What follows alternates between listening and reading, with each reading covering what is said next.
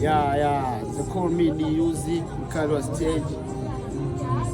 Ningependa kuhabarisha kwamba ndugu zangu, sio kwamba anapenda kilichotokea au sio kwamba nilikuwa natamani itokee hivyo, ila imebidi kutokana na mambo ambayo yameendelea kati ya mimi na uongozi wangu ambayo imepelekea mpaka sasa mimi na Badiloso tuko tofauti. Imepelekea mimi kutengana na Badiloso.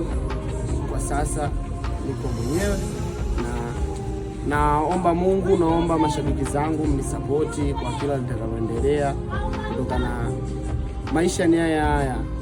Inakapobidi kufanya kitu usiangalie nini kitaendelea, inabidi ufanye kitu ambacho wewe unakuwa kipo sawa upande wako na hautokuwa na matatizo na mtu yoyote